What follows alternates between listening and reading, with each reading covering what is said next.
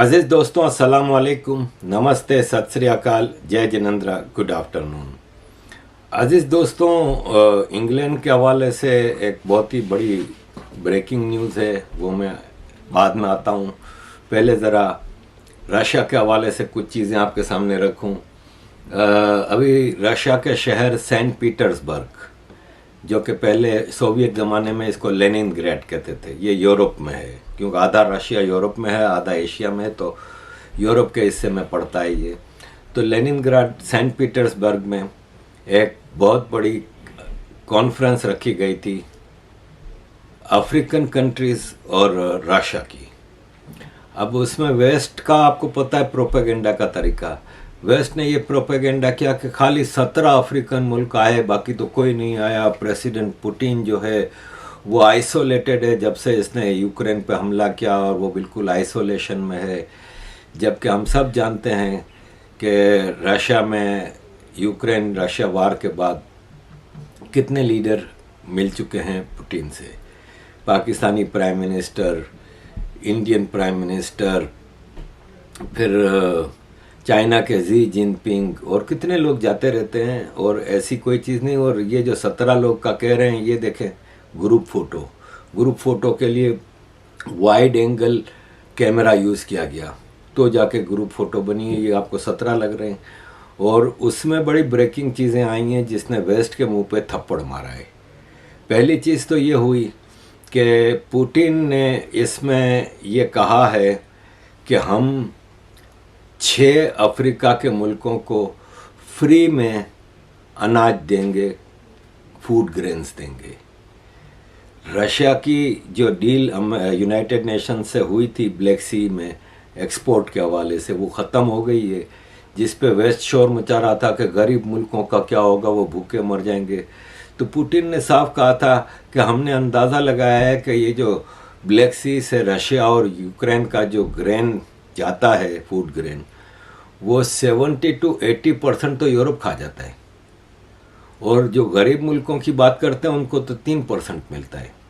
तो पुतिन ने इस कॉन्फ्रेंस में कहा कि हम बुर्किना फासो, जिम्बाब्वे, माली, सोमालिया, सेंट्रल अफ्रीकन रिपब्लिक और एरिट्रिया को हर साल 25 से 50 हज़ार टन फूड ग्रेन फ्री में देंगे, और उसकी डिलीवरी भी हम अपने पैसे से करेंगे। उनको मुफ्त में उनकी जगह पे ये मिलेगा फूड ग्रेन। और हम सिर्फ बातें नहीं करते, वेस्ट की तरह कॉलोनाइजेशन नहीं करते, हम अमल करके दिखाते हैं, प्रैक्टिकलिटी में हम बिलीव करते हैं।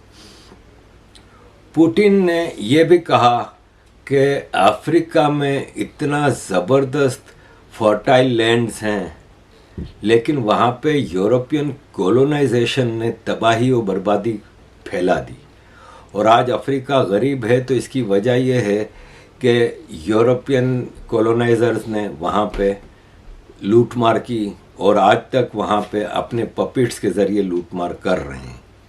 मतलब आप ये देखें कि किस मुल्क के पास कितना टन सोना है। अब आप देखें कि अमेरिका के पास 8,000 टन सोना है इनके रिज़र्व में, इंग्लैंड के पास है, फ्रांस के पास है, यूरोप के हर कंट्री के पास है। कहाँ से आया भाई?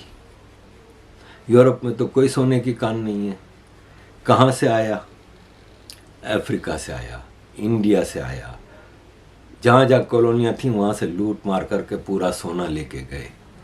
अमेरिका में सोने की कानें थीं, लेकिन अमेरिका में, जब अमेरिका आज से 400-500 साल पहले,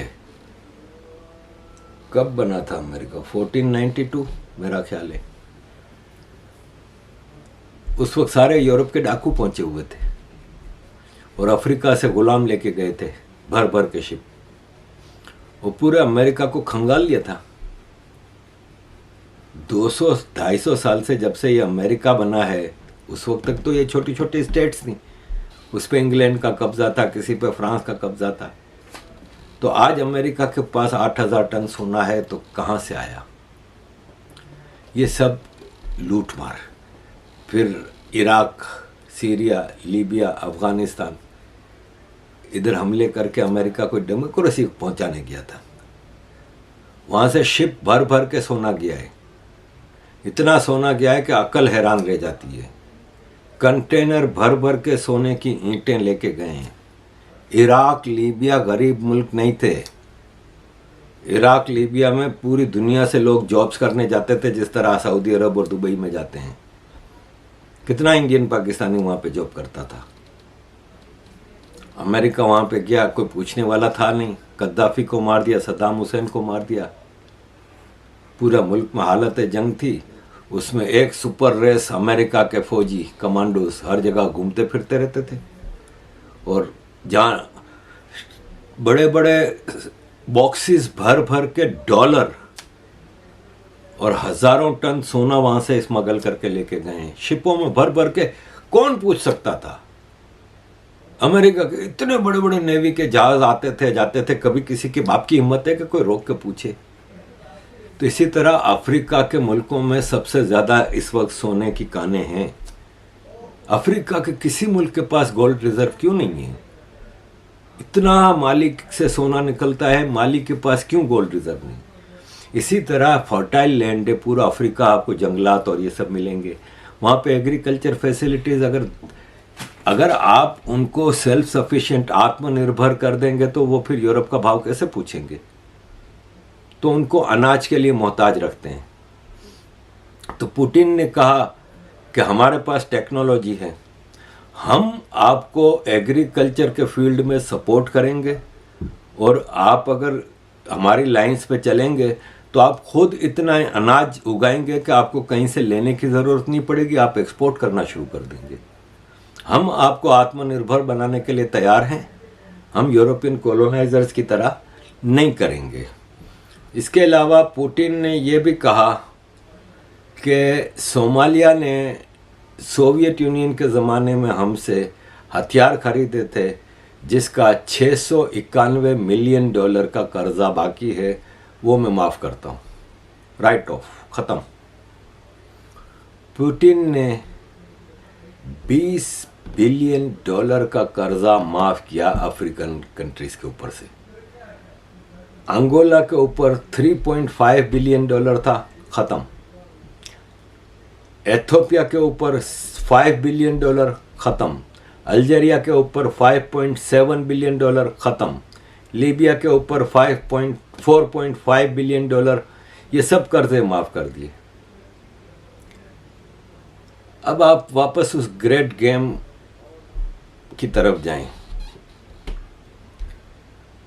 ग्रेट ग्लोबल गेम जो है ना, इसमें जैसे सेकेंड वर्ल्ड वॉर थी, सेकेंड वर्ल्ड वॉर में इंग्लैंड और फ्रांस की कॉलोनीज जहाँ जहाँ थीं वो भी इंग्लैंड और फ्रांस के लिए लड़ रही थी। जैसे इंडिया के फौजी, इंडिया का वर्ल्ड वॉर 2 में क्या वो था? कोई काम ही नहीं था।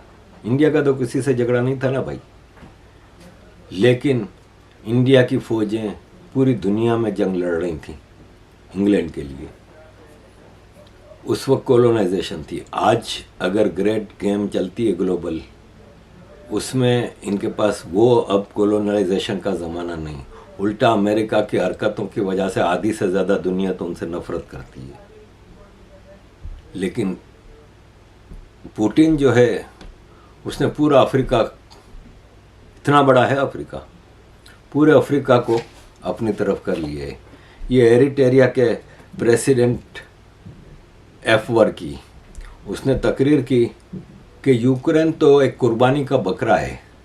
ये रशिया और यूक्रेन की वार नहीं, वेस्ट चाहता है कि रशिया को हरा दे, क्योंकि रशिया हार गया तो फिर वेस्ट पूरी दुनिया में हेजेमनाइज करेगा, कॉलोनाइजेशन ऑफ पूरी दुनिया का करेगा। तो अजीज़ दोस्तों, वैसे तो इस अफ्रीका रशिया कॉन्फ्रेंस में बहुत सारी बातें हुई, बहुत सारी चीज़ें हुई। उधर ही ब्रिक्स डेवलपमेंट बैंक बनाई है ब्रिक्स के 5 मुल्कों ने। उसकी प्रेसिडेंट है ना, वो पुतिन से मिली। तो डिल्मा रूसेफ, ये शायद ब्राज़ील की हैं, वो पुतिन से मिली। तो पुतिन ने उनको कहा कि देखें, डॉलर है ना, वो पॉलिटिकल स्ट्रगल का एक हथियार है जो कि अमेरिका यूज़ करता है। और मुझे यकीन है कि तुम्हारा तजर्बा पब्लिक वर्क और इस एरिया में तुम्हारा जो नॉलेज है, तो तुम हर वो कोशिश करोगी कि दुनिया में इंसाफ आए और डॉलर की इम्पोर्टेंस ख़त्म हो। और हम देखते हैं कि डॉलर डी डॉलराइजेशन का सिलसिला तो शुरू हो गया है।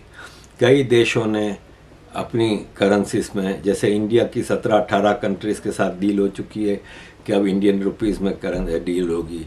चाइना भी यही डील्स कर रहा है, रशिया ने भी अपनी डील्स इसी पे रखी हुई हैं। तो अब डी डॉलराइजेशन का मतलब है कि अमेरिका की हेजेमनी टूट रही है।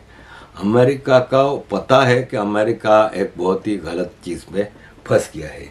इसकी वजह यह कि अमेरिकन इस्टेब्लिशमेंट है ना, अपनी ताकत के नशे में, जब सोवियत यूनियन टूटा इसके बाद इसको ताकत का इतना नशा आ गया कि इसने पूरी दुनिया में हमले करने शुरू कर दिए, दुनिया को पट्टियां पढ़ानी शुरू कर दी। कोविड आया, कोविड के नाम पे वैक्सीन और पूरी दुनिया की हेल्थ का सत्यानाश कर दिया है। इतनी मौतें अननेचुरल, नेचुरल डेथ नहीं है ये, अननेचुरल डेथ इतनी हो रही हैं कि अकल हैरान रह जाती है। रोज़ ही कहीं ना कहीं सुनते हैं हम अच्छे खासे बड़े बड़े सेलिब्रिटीज़ की उम्र बहुत लंबी होती है भाई। इनकी लाइफ में इतनी फैसिलिटीज़ होती हैं कि इनकी उम्र लंबी होती है। एक से एक यंग सेलिब्रिटी मर रहा है। फ्रस्ट्रेशन, एंटी डिप्रेशन दवा जितनी वेस्ट में इस्तेमाल हो रही है कभी हिस्ट्री में नहीं होती थी। पूरी कौम फ्रस्ट्रेटेड है इनकी, इन्होंने बेड़ा गर्क कर दिया है।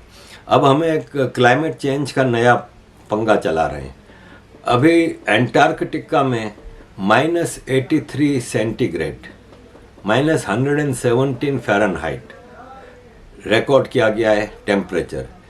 ये 2017 से अब तक सबसे ज़्यादा माइनस टेम्परेचर रिकॉर्ड किया गया है। हमें कह रहे हैं कि जी ये अपना ग्लोबल वार्मिंग, ग्लोबल बॉइलिंग नाम दिया है अब, ग्लोबल बॉइलिंग, गर्मी। इंडिया में लोग चीख रहे हैं गर्मी बहुत है। कब नहीं थी भाई गर्मी, कब नहीं थी? हर साल इतनी होती है गर्मी। इस वक्त ये जुलाई का एंड है, 28 जुलाई के टेम्परेचर आपको बता रहा हूँ। Tehran 37, Athens 32, New York 32, Singapore 31, new Delhi 29 जुलाई के एंड में, मैड्रिड 29, मैड्रिड में 40 तक जाता है,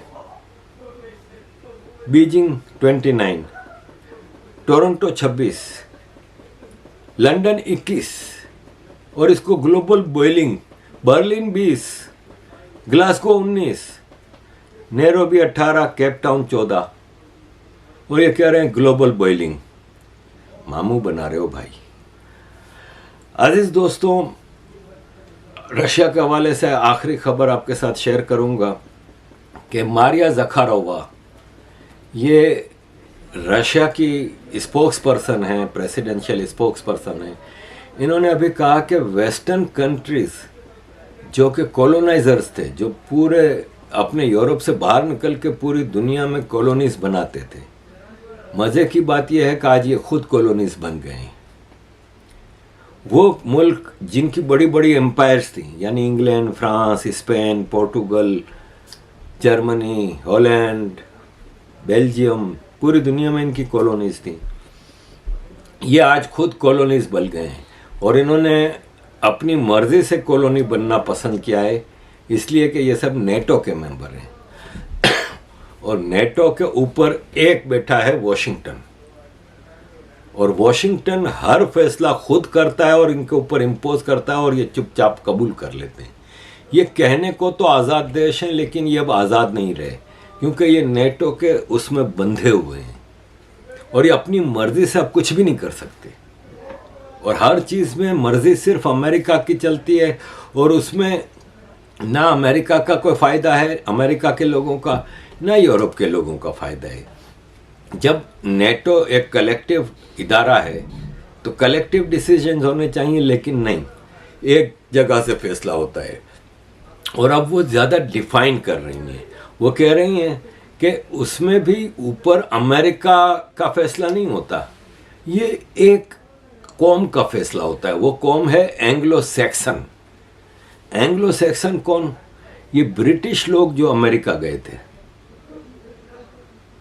अमेरिका में जो गोरे हैं, जो वाइट सुपरमैसिस्ट हैं, जो कॉरपोरेट सेक्टर को लीड करते हैं, वो ब्रिटिश ओरिजिन के ज़्यादा हैं। अमेरिका में जर्मन भी हैं, जैसे ट्रंप शायद जर्मन ओरिजिन का है, क्लिंटन जो है वो शायद आयरिश ओरिजिन का था, लेकिन वहाँ इंग्लिश चलती है ना, वहाँ ज़्यादा ब्रिटिश।